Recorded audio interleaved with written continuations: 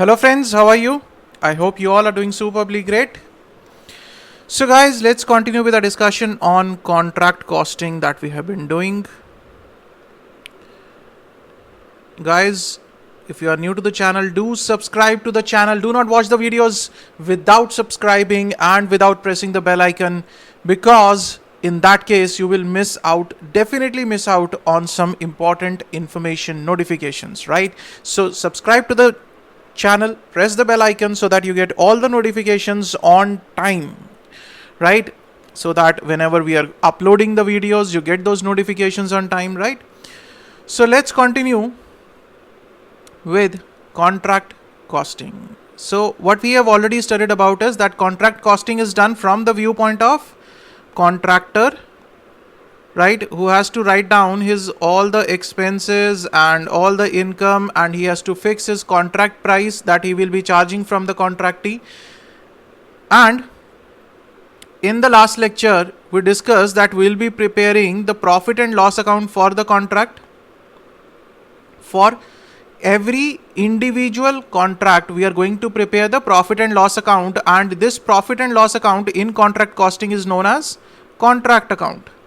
We do not call it as profit and loss account, we call it as contract account. The rules remain the same, right? The rules remain the same. The only thing is we replace the name with the contract account. Clear? And I told you that this contract account will be studying in 4 different parts.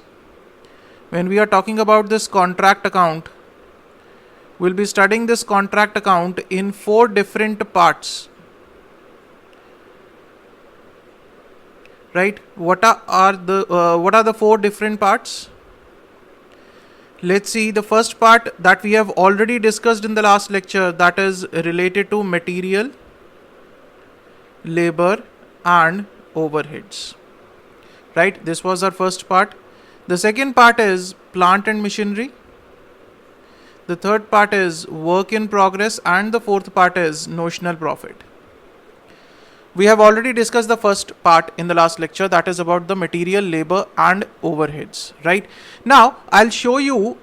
We have already discussed the journal entries related to this material, labor, overheads. Now I'll show you the contract account, that how these entries are shown in the contract account. Let's see. All those who are having the handbooks, KSJ handbooks, they should go to page 11.6, right?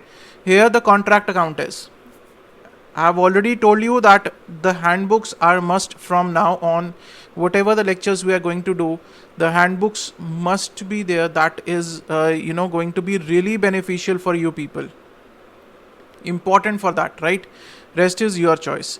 Now this is my contract account. See, the material purchased, I will record it as 2 material purchased. All the expenses I will be taking on this side, all the incomes I will be taking on this side, right? Profits I will be booking here. Losses, if there is on sale, I will be booking here. 2 material purchased, and if that purchased material is returned to the supplier, I will write by material returned to supplier.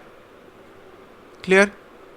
Then is, if the material is transferred from store, right, from store to site, then it is if the material is returned to store. I have already discussed everything in the last lecture, right? If you are taking the material from store to site or from site back to the store is a common area where I have kept some extra material which can be used in case of emergency. Then we have to material transferred from other contract and material transferred to other contract. Then what will be the treatment for the contract which is receiving the material, and also for the contract which is sending the material, right? We have discussed the treatment from both the angles. Clear? Then it is the sale proceeds of the raw material. I already discussed that one of your friend came to you. He says, this material I'm not getting from the market. Please sell some part of this material to me. I will pay you, right? So you sold that material at a profit. So sale proceeds, and if there is a profit on sale, we'll book it here. If there is a loss on sale, we'll book it here, right? Then we have the labor cost, direct expenses, works overhead, that is the overhead cost. Clear? Then material at site, that is the closing balance of material. right? At the year end, whenever we are preparing this contract account, we'll write down whatever the material is still lying in the store, on the site, sorry. So these are about the journal entries that we discussed in the last lecture. This is the treatment, this is the contract account, that how we have to present the items in the contract account, those which we discussed in the last lecture. Now, in this lecture, what we are going to discuss about is this second part, that is plant and machinery. Let's start by discussing it. Plant and machinery.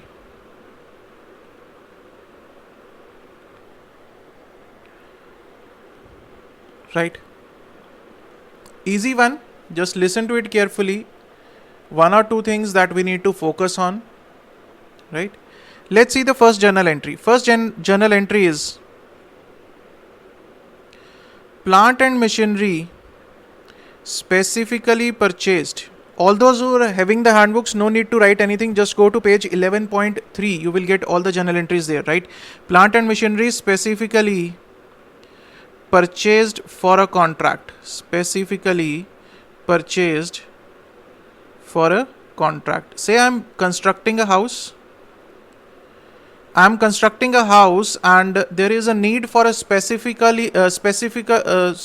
plant and machinery for the construction. So I've bought that for that contract only, right? I don't know that whether that plant and machinery will be used in some other contract in future or not, but I have bought it for that particular contract as of now, right? So as of now I've done it for that contract. In future I might use it on other contracts, I don't know, or I might sell it out. After this contract, I might sell it out. I might not need that, right? Now, if I am buying plant and machinery, that means this is my expenditure. This is my expenditure, isn't it? What will be the entry, sir? If this is my expenditure, what will be the entry for it? The entry will be contract account debit. Contract account debit to what? Cost of plant and machinery, to cost of plant and machinery. Clear? Now, second entry. Second entry is WDV of plant and machinery specifically purchased for a contract. WDV of that plant and machinery which is specifically purchased for the contract. Right? Now, what is this WDV mean, sir? Just listen to it very carefully. Sir, this contract started on 1/4/21, right? I purchased the plant and machinery on this date. Right? I purchased the plant and machinery on this date. Now this project is going to run for 2 years, 31/3/22 and 31st of March 23, right? This is where my project is going to end and I am preparing the books on this particular date, right?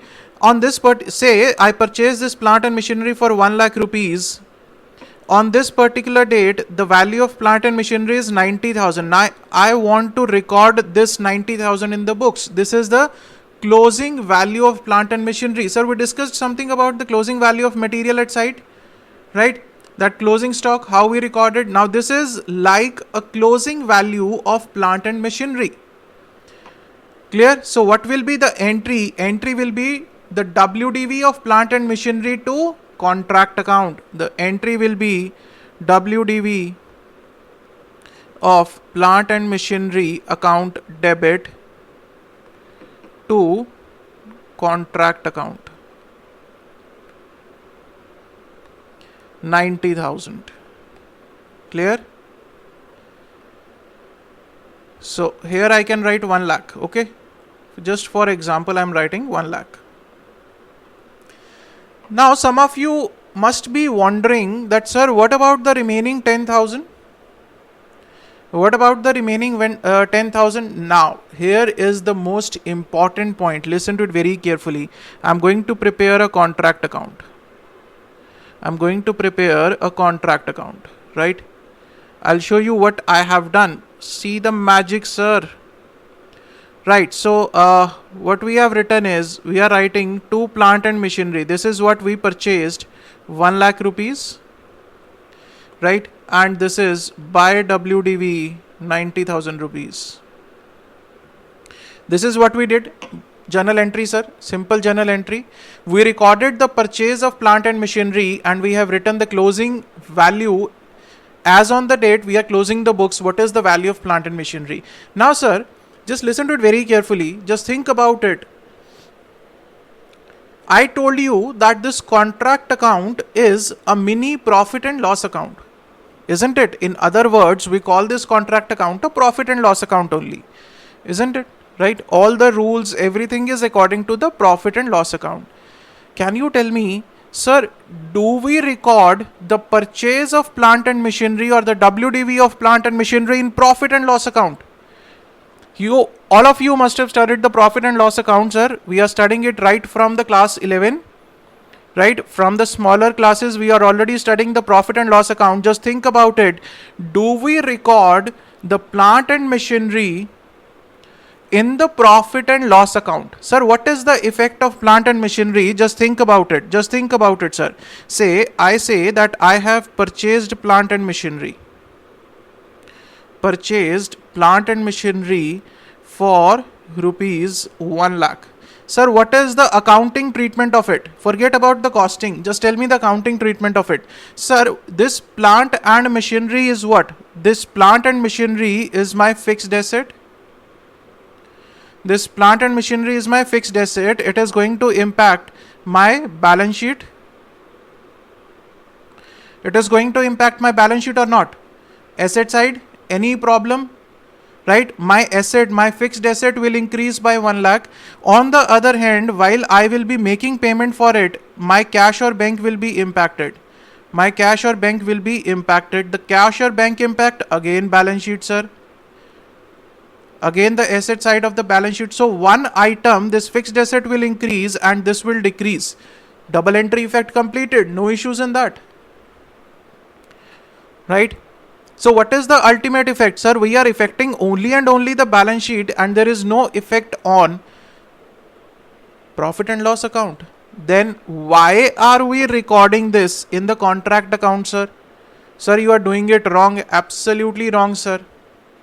Just think about it. You buy this plant and machinery, that is a fixed asset, on say 1st of April.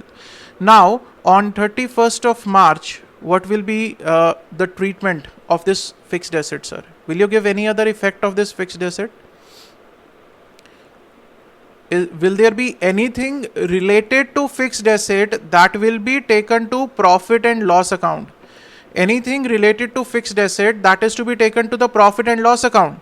Yes, sir. What? Depreciation on plant and machinery. Sir, this depreciation is taken where? This depreciation is taken in the profit and loss account, isn't it? Right? Now, come to this point here. Just think about it.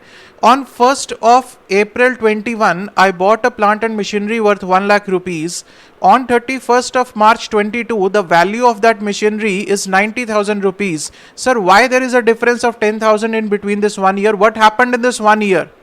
We consumed the plant and machinery, right? Sir, this difference of 10,000 rupees is nothing but the depreciation on that plant and machinery. What is my expense? Sir, my expense is my depreciation, right? The usage of that plant and machinery, the wear and tear of that plant and machinery. So this 10,000 value difference is basically nothing what? It is the depreciation that we are charging. So sir, the difference here, the net effect of this two plant and machinery, we bought it for 1 lakh rupees. The closing value is 90,000 rupees. The net effect of this is the depreciation of 10,000. If you take this value here, what you can write? Two plant and machinery 1 lakh rupees minus WDV, you can write it as minus 90,000, right? So what have you done? You have taken 10,000 rupees, and this 10,000 is nothing but depreciation on that plant and machinery, which is an expenditure for that contract. Are you getting the point? In the profit and loss, what do you take? You take the depreciation. Here also, if I am recording the total value of plant and machinery on one side, and I am taking the written down value on the credit side, in short, in net effect, what I am taking is I am recording the depreciation of that plant and machinery. Now, there is another question in your mind. Sir, the next question is, sir, can we write it directly as depreciation in the examination? Instead of writing to plant and machinery and by WDV, can we write it directly as to depreciation 10,000 rupees? Yes, you can do it like this in the examination. No issues. Right? So you can present it in any way. You can write to plant and machinery, that is the total value. And on the credit side, you will write the WDV 90,000, 10,000 is the net effect. Or you can write it directly depreciation 10,000 rupees. The answer will be the same. Because the net effect of this entry and this entry is also depreciation of 10,000 rupees only, which is an expenditure, which is what we have to record in the profit and loss account. So this is the most important part here, right? Let's see here. To plant and machinery specifically purchased for a contract and by WDV of the plant and machinery. So the net effect of these entries is nothing but depreciation. So you can write it directly the depreciation. Clear? Any doubts in this point? I hope this is clear. Right, sir? So the second entry was WDV of plant and machinery specifically purchased for a contract.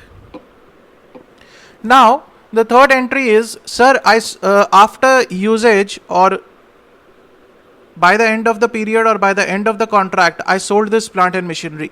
So my third entry is sale of the plant and machinery.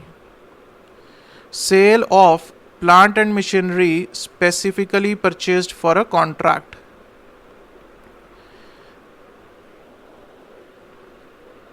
Right? Sale of this plant and machinery. Sir, what is going to be the journal entry? The journal entry is going to be the same as we have done for the raw material. Sir, sale proceeds. This is going to be my income account debit to what? Contract account.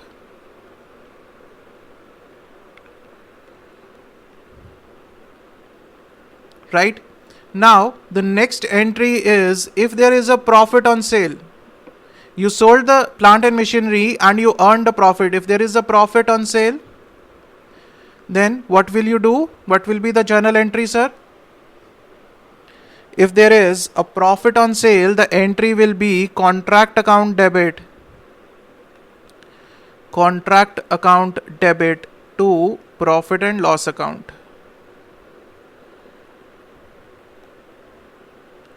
Right? And if there is a loss on sale,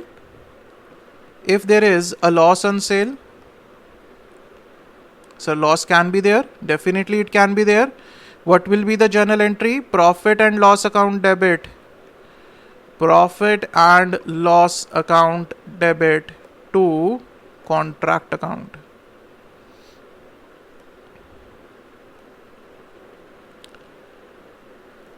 Right, sir? So this is the sale of plant and machinery which is specifically purchased for a contract. Now, the next journal entry, listen to it very carefully. Now what happened, sir? This is one site, this is site number 1 where I am a contractor.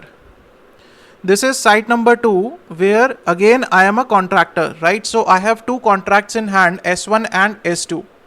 What happened? There is one machinery lying here.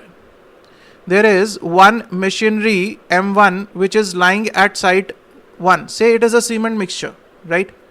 This machinery is lying idle on site S1. There is no use now. The use of this has been done. Now this machinery is required on the site S2. Now what I do is, instead of buying the new machinery for this S2, I transfer this machinery M1 from S1 to S2. Right, I'll pick up this machinery from site S1, I will take it to the site S2 and use it there. Right, say for in a year for 3 months, I have used this machinery M1 on this particular site S2. I am doing the contract costing for this particular site. Right, I'm doing the contract costing, I'm preparing the contract account for site number S2, where this machinery M1 is used for 3 months. Now just tell me one thing, sir, we will be charging depreciation on this machinery? Definitely, sir. Right, we will charge depreciation on this machinery, isn't it? Depreciation will be charged, definitely charged, sir. Now this depreciation will be split between the two contracts depending upon the usage, the number of months, the number of days for which the machinery has been used on which contract. Out of 12 months, 9 months this machinery has been used for this contract S1, and for 3 months this machinery has been used on this contract S2. So say my total depreciation is 12,000, for example. So my depreciation that I will charge in the contract account of this S1 will be 9,000, and for this S2 will be 3,000, that is for 3 months. Clear? If 12,000 is the total depreciation, I will split this depreciation. Right, I will record 9,000 in the contract account of S1 and 3,000 in the contract account of S2, depending upon the number of months or the number of days for which the machinery has been used on that particular project. Clear? Like I told you that M1 has been used for 3 months on S2. So I will charge the depreciation of 3 months to the contract account of S2. It is the expenditure for that particular contract for that particular period. For 3 months, the depreciation will be charged to S2 and not S1. Why S1 will bear the whole depreciation? No, sir, S1, that machinery was not lying there. Clear? So my next journal entry is depreciation of plant and machinery not specifically purchased for a contract. Not specifically purchased for a contract.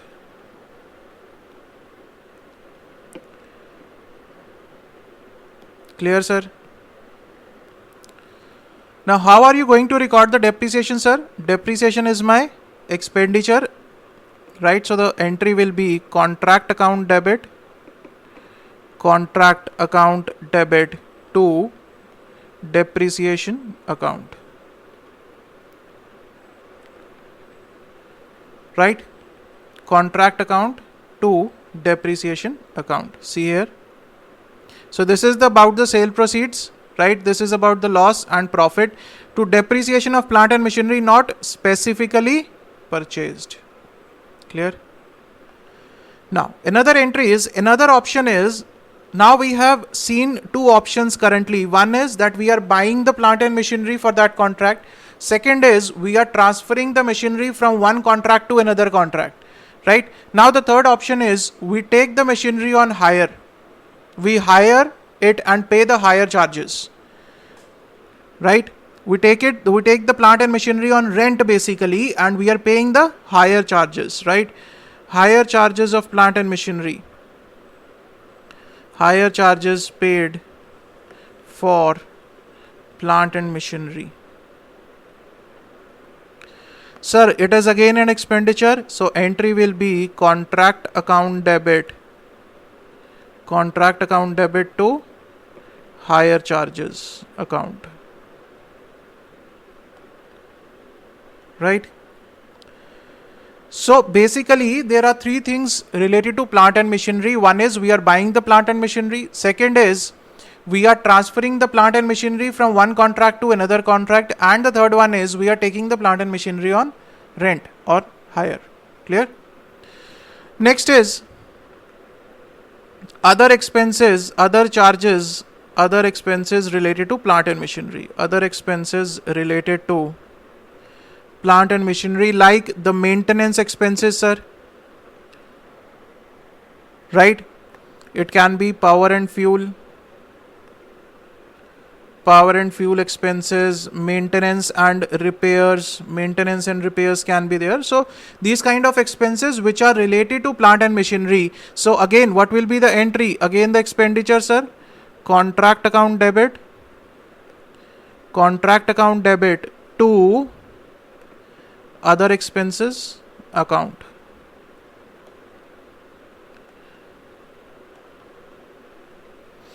Right? So these are all the journal entries related to plant and machinery. See here, to hire charges, to other expenses of plant and machinery like repairs, maintenance, power, fuel, etc. Right, sir? So these are all the journal entries which are related to plant and machinery. That means we have completed our second part of the contract account, that is plant and machinery, and we are nearing to the third part now. And as I told in the last lecture also, that sir, for CA intermediate new students, new course students, right, this notional profit part is not there.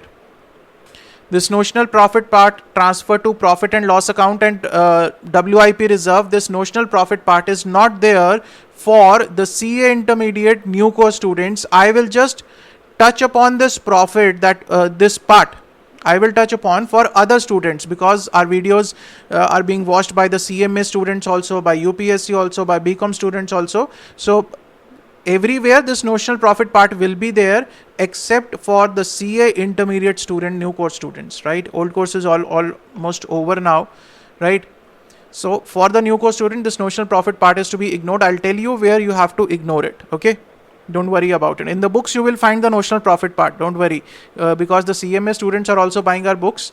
So the notional profit part is given in the books. Nothing to worry about it. Okay. So with this, we are done with the plant and machinery part. That is the second part. Now in the next lecture, what we are going to do is WIP part. That is the work in progress. And this part WIP is very, very important. In the recent examination, the question has been asked only and only from this WIP part, right? So you can imagine how important it is. This WIP part is very important for you people to understand carefully, because a separate question can be asked only and only on this WIP part, sir. Right? It is that important. So in the next lecture, we are going to continue with WIP part of the contract account. Right? So revise it. Before the next lecture, revise the material labor overheads in the plant and machinery, and on page 11.6, you will get this contract account of the in the handbooks, right? So see you guys in the next lecture. Till then, stay safe, stay healthy. Thank you so much.